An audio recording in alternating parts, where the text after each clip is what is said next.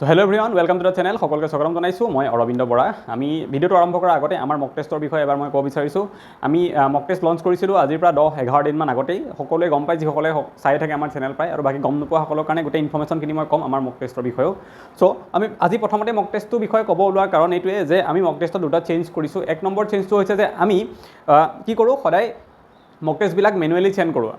Payment কৰে screenshot মাৰি হোৱাটছএপত দিয়ে আমি হোৱাটছএপতে মক টেষ্টবিলাক পঠাওঁ। তো তেনেকৈ হ'লে বহুত টাইম লাগে, বহুত মানুহে 10 ঘণ্টা 12 ঘণ্টাৰ পিছতহে মক টেষ্টবিলাক পায়। সেইকাৰণে আমি এটা নতুন ছিষ্টেম লৈ আহিছোঁ যাতে আপোনালোকে এটা লিংকত ক্লিক কৰি পেলাই পে'মেণ্ট কৰিলে লগে লগে একদম 1 ছেকেণ্ডৰ ভিতৰতে আপোনালোকৰ ইমেইলত মক টেষ্টটো গুচি যাব। তেনেকুৱা এটা ব্যৱস্থা আমি লৈ আহিছোঁ। প্ৰথম চেঞ্জ সেইটো। আৰু 2 নম্বৰ চেঞ্জটো হৈছে যে আমি আগতেই কৈছিলোঁ মক টেষ্ট লঞ্চ কৰোঁতে কৈছিলোঁ যে 10 দিনৰ পিছত আমি মক টেষ্টটোৰ দাম বঢ়াই দিম। এই 10 দিনৰ কাৰণে এটা অফাৰ পিৰিয়ড আছে। 99 ৰুপিজত মাত্ৰ মক টেষ্ট দিছিলোঁ আমি 4টা ফুল লেংথ মক টেষ্ট। কিন্তু এতিয়া সেই অফাৰটো শেষ হৈছে। আমি আজি ৰাখিছোঁ আৰু কাইলৈও ৰাখিছোঁ, এই দুদিন থাকিব। পৰহিৰ পৰা মক টেষ্টটোৰ দাম 149 হৈ যাব। মক টেষ্টটো মানে গোটেই 4টাৰ দাম, ঠিক আছে। আগতে গোটেই 4টাৰ দাম 99 আছিলে, এতিয়া 4টাৰ দাম 149 হৈ যাব। মক টেষ্টটোৰ বিষয়ে এবাৰ আমি যিখিনি কথা কওঁ সেইখিনি কথা এবাৰ দেখাই লৈছোঁ মই। তাৰপিছত মক টেষ্টটো কেনেকৈ ল'ব পাৰিব এতিয়া সেইটো কথা মই ক'ম। আমি আমাৰ কালি এটা মক টেষ্ট লঞ্চ কৰিছিলোঁ এডিআৰি মানে নতুন পেটাৰ্ণত। আপোনালোকে ছাইডত গোটেই আমাৰ ডিটেইলছটো দেখিবলৈ পাইছে। ইয়াত কেনেকুৱা গোটেইখিনি লিখা আছে। একদম ওপৰত যিটো কথা লিখা আছে যে মেড বাই চিলেক্টেড কেণ্ডিডেটছ, তাৰমানে আমি যোৱা বছৰ এডিআৰি পাছ কৰা 13-14জনমান মানুহ আৰু এপিএছচি পাছ কৰা মানুহ আছে, বেলেগ বেলেগ পৰীক্ষা এপিএছচিৰ, তেওঁলোকে মিলি পেলাই আমি এটা নতুন পেটাৰ্ণত মক টেষ্ট চিৰিজ বনাইছোঁ। নতুন পেটাৰ্ণ মানে কি, আমাৰ যে এতিয়া ছ'চিয়েল ছায়েন্সৰ কুৱেশ্যন যে 30টা আহিব বুলি ক'লে, ইংলিছত যে আগতে 20টা আহিছিলে এতিয়া 35টা আহিব বুলি ক'লে, ইংলিছ কম্প্ৰিহেনশ্যনটো যে অলপ বেলেগ হৈ গ'ল, আমি কি হ'ব আইডিয়াই পোৱা নাই চবে, হয়নে? তো কেনেকুৱা হ'ব পাৰে পেপাৰখন, আমাৰ যিখন পেপাৰ আমি পৰীক্ষাত দেখিবলৈ পাম সেই পেপাৰখন কেনেকুৱা হ'ব পাৰে, তেনেকুৱা সেবাৰ এখন মডেল পেপাৰ আমি বনাইছোঁ। এখন নহয় 4খন বনাইছোঁ তেনেকুৱা পেপাৰ আমি। তো ডিটেইলছখিনি ইয়াতে লিখাই আছে, আপোনালোকে লৈ ল'ব পাৰিব। মই এবাৰ পটককৈ কৈ দিছোঁ ডিটেইলছখিনি, তাৰপিছত মই কেনেকৈ ল'ব লাগে সেইটো কথাও কৈ দিম। সো সেবা মডেল পেপাৰ, একদম সেবা যেনেকুৱা পেপাৰ আহিব আমি তেনেকুৱা ধৰণে পেপাৰখিনি বনাইছোঁ। আৰু যিখিনি কুৱেশ্যন লেভেল আছে, যোৱাবাৰ এডিআৰিত যেনেকুৱা লেভেলৰ কুৱেশ্যন আছিলে আমি তেনেকুৱাই দিছোঁ, কাৰণ এইবাৰো তেনেকুৱাই আহিব, তাতকৈ টান কুৱেশ্যন কোনো কাৰণত নাহে, ঠিক আছে। সেইটো লেভেলত দিছোঁ। আপোনালোকে দি চালে গম পাব যে আপোনালোকৰ কিমানখিনি প্ৰিপাৰেশ্যন চলি আছে এতিয়া নতুন পেটাৰ্ণটোৰ হিচাপত। অ'কে, তাৰপিছত special focus on English and social science. Social ছায়েন্সৰ যিটো ছেকশ্যন এটা থাকিব আমাৰ 30 মাৰ্কছৰ, সেই গোটেই ছেকশ্যনটোত আমি যিমান কুৱেশ্যন দিছোঁ চব আমাৰ ছ'চিয়েল ছায়েন্সৰ কিতাপৰ পৰা আমি লৈছোঁ, কোনো বেলেগ চ'ৰ্চৰ পৰা লোৱা নাই। চব আমাৰ যিবিলাক কিতাপ আছে সেবাৰ আমি সেইবোৰ খুলিছোঁ, খুলি চাই তাৰ পৰা দিছোঁ। আৰু মইতো ছ'চিয়েল ছায়েন্স পঢ়াই আছোঁ বহুত দিনৰ পৰা, গতিকে সেইখিনি মোৰ ভালকৈ আইডিয়া আছে। সেই ছেকশ্যনটো বনাইছোঁ। আৰু ইংলিছ যিটো চবতছে ইম্পৰ্টেণ্ট আমাৰ হৈ গ'ল এতিয়া, কাৰণ জিকেত 65 মাৰ্কছ থাকিব আৰু তাৰপিছতে ছেকেণ্ড হাইষ্ট মাৰ্কছ আমাৰ থাকিব ইংলিছত 60 মাৰ্কছ। গতিকে ইংলিছত আমাৰ চব টপিকৰ এভৰিথিং টপিক আমি কভাৰ কৰিছোঁ তাতে।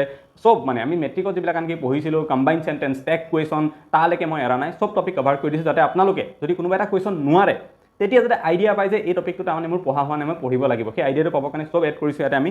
তাৰপিছত total number of mock test আপোনালোকে 4টা থাকিব আৰু প্ৰতিটো মক টেষ্টত 150টাকৈ কুৱেশ্যন থাকিব। যিহেতু নতুন পেটাৰ্ণৰ মতে 150টা কুৱেশ্যন থাকিব, হয়নে? জিকে আমাৰ 35, ছ'চিয়েল 30, মেথছত আমাৰ 30, ইংলিছত আমাৰ 35, ৰিজনিঙত 20, এনেকৈ যিহেতু আমাৰ টোটেল মিলাই পেলাই 150 কুৱেশ্যন থাকিব। আমি 150 কুৱেশ্যন দিছোঁ প্ৰতিটো মক টেষ্টত। তেনেকৈ টোটেল 4টা মক টেষ্ট আছে, এটা পিডিএফত কম্বাইন কৰি পেলাই আমি তাক বনাইছোঁ। আৰু চিলেবাছত যিমান টপিক আছে আমি চব কভাৰ কৰিছোঁ।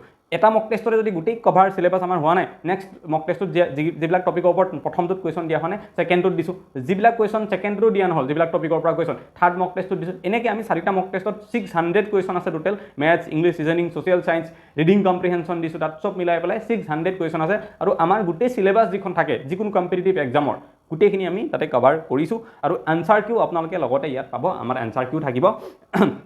যিবিলাক শুদ্ধ এনচাৰ সেইবিলাক ৰেড মাৰ্ক কৰি দিয়া থাকিব, আপোনালোকে তাৰ পৰা চাই ল'ব, তেনেকৈও পাৰিব। গতিকে এইখিনি হৈছে আমাৰ মক টেষ্টৰ বিষয়। আপোনালোকে যদি দি চাব বিচাৰে যে নতুন পেটাৰ্ণৰ পেপাৰখন কি হ'ব, কাৰণ যোৱাবাৰ পেপাৰ বেলেগ আছিলে, 100টা কুৱেশ্যন আছিলে, এতিয়া 150 হ'ল। ইংলিছৰ ৰিডিং কম্প্ৰিহেনশ্যন, ইংলিছ লেংগুৱেজ বুলি নতুন ছাবজেক্ট আহিলে, ছ'চিয়েল ছায়েন্স বুলি নতুনকৈ ভৰালে। গতিকে অলপ চেঞ্জ যিহেতু হ'ল, এই চেঞ্জ পেটাৰ্ণটোত এইবাৰ পেপাৰখন কেনেকৈ অহাৰ চান্স আছে সেইটো যদি জানিব বিচাৰে আমাৰ মক টেষ্টকেইটা আপোনালোকে দি চাব পাৰে। সো মক টেষ্টটোৰ বিষয়ে গম পালে, এতিয়া কেনেকৈ ল'ব লাগিব নতুন আমাৰ মেথডটোত সেইটো বিষয়ে মই ক'ম।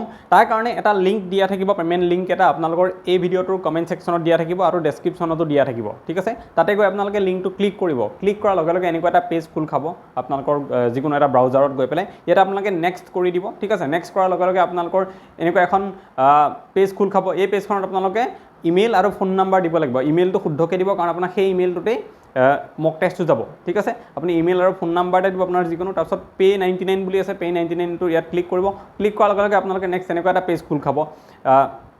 পেজ খোল খোৱাৰ পিছত আপোনালোকে কি কৰিব তাতে গুগল পে যিটো অপশ্যন আছে তাত গুচি যাব গুচি যোৱাৰ পিছত নেক্সট এটা আকৌ এনেকুৱা এটা পেজ খোল খাব য'ত আপোনালোকে আপোনালোকৰ UPI আইডিটো এণ্টাৰ কৰিব লাগিব UPI আইডি সকলোৰে গুগল পে ফোনপে থাকক গুগল পে থাকক সকলোৰে UPI আইডি থাকে তো UPI আইডি যিটো আছে আপোনালোকে সেইটো এটা কপি পেষ্ট কৰি দিব পাৰে বা লিখি ল'ব পাৰে লিখি পেলাই 99 তলত পে নাও আছে যে পে নাও কৰি দিলে আপোনালোকৰ পেমেণ্টটো সাকসেসফুল হৈ যাব আৰু সাকসেসফুল হোৱাৰ লগে লগে আপোনালোকে যিটো ইমেইল দিছিলে সেই ইমেইলটোত মক টেষ্টটো লগে লগে সেন্ড হৈ যাব এটো হৈছে পেমেন্ট মেথড ঠিক আছে এতিয়া আমি সেই যেটো প্ৰাইসৰ কথা কৈছো 99 रुपीजৰ পৰা 149 কৰিলো ইমানখিনি হয়তো নিশ্চয় আমাৰ মক টেষ্ট গিটা যিমান কোৱালিটি হেতু তাতে পায় বহুত মক টেষ্ট আছে কোনোবাই 10টা মক টেষ্ট দিছে 8টা দিছে 12টা দিছে তাত 499 रुपीस অলমোস্ট 500 বা কোনোবাই 700 800 লৈছে কিন্তু আমাৰ মক টেষ্টৰ কোৱালিটিৰ কথাটো বেলেগ কাৰণ আমি বহুত মানুহ লগ লাগি পেলাই ইয়াতে বনাও যিখিনি সিলেকশন হোৱা মানুহ অলৰেডি এৰিয়াৰি বা অন্যান্য পৰীক্ষাত আৰু সেই কাৰণে আমাৰ মক টেষ্টে একমাত্ৰ মক টেষ্ট মই ইমানখিনি জানো এটো কথা যেটো ৰিলিজ দিয়াৰ পিছত ইমান বেছি ভিৰত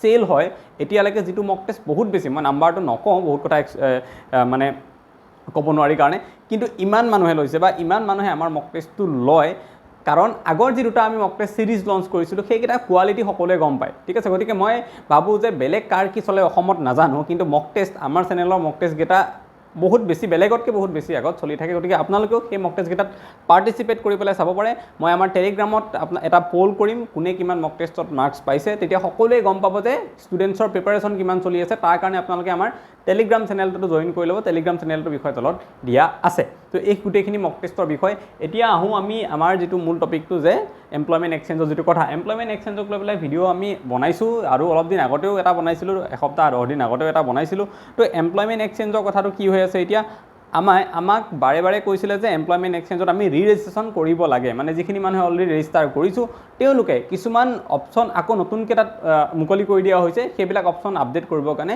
যদি কোনোবাই গ্ৰেজুৱেচন পাছ কৰিছে ৰিসেন্টলি কোনোবাই হায়াৰ সেকেন্ডাৰী পাছ কৰিছে সেই ডাটাবিলাক আপডেট কৰিবৰ কাৰণে ৰি-ৰেজিষ্ট্ৰেচন কৰিব লাগে ঠিক আছে বা কোনোবা ৰিসেন্টলি কম্পিউটাৰ কোৰ্স শেষ হৈছে বা বেলেগ কিবা ডিপ্লোমা কোৰ্স শেষ হৈছে সেইবিলাকৰ কাৰণে তেওঁলোকে তাত আপডেট কৰিব লাগে সেইটোকে ৰি-ৰেজিষ্ট্ৰেচন বুলি কোৱা হয় ঠিক আছে আৰু সেই ৰি-ৰেজিষ্ট্ৰেচন কৰিবলৈ কাক কোৱা হৈছিল জুনে 2 জানুৱাৰী 2024 আগত কৰিছিলে মানে 2023 লৈকে জুনে 2024 আগত বা 2023 লৈকে জুনে ৰেজিষ্ট্ৰেচন কৰিছিলে যিখিনি মানুহে তেওঁলোকক এবাৰ আকৌ ৰি-ৰেজিষ্ট্ৰেচন কৰাৰ কথা কোৱা হৈছে কিন্তু জুনে জানুৱাৰী 2024 চনৰ 2 জানুৱাৰী 2024 চনৰ পিছত নতুনকৈ সোমাইছে এমপ্লয়মেন্ট এক্সচেঞ্জৰ যেটো সাইটটোত নতুনকৈ প্ৰথমবাৰ ৰেজিষ্টাৰ কৰিছে তেওঁলোকৰ কাৰণে নহয় আৰু ঠিক আছে তাৰ আগৰ মানুহখিনিৰ কাৰণে আৰু তাৰ আগৰখিনিৰ কাৰণে মানে সকলোৰে কাৰণে কোনোবা লাগিলে সৰকাৰি চাকৰিয়াল হওক বা বেলেগ কিবা চাকৰি কৰি থকা প্ৰাইভেট বা আনএমপ্লয়েড হওক আমিও সৰকাৰি চাকৰি কৰি আছো আমিও কৰিব লাগিব আৰু ঠিক আছে সকলোৰে কাৰণে হেতু কৰিবলৈ ৰিকুৱেষ্ট কৰিছিলে বাৰে বাৰে গভৰ্ণমেণ্টৰ ফালৰ পৰা এতিয়া সেই